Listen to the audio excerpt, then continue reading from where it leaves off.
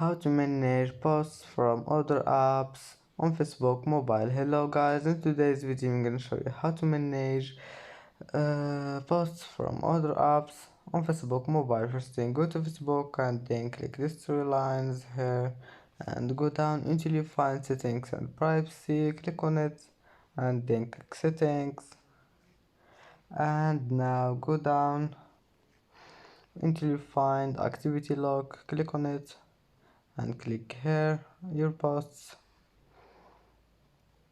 and click this one, post from other apps, and here you can review posts from other apps and you can manage it. And that's it for today's video.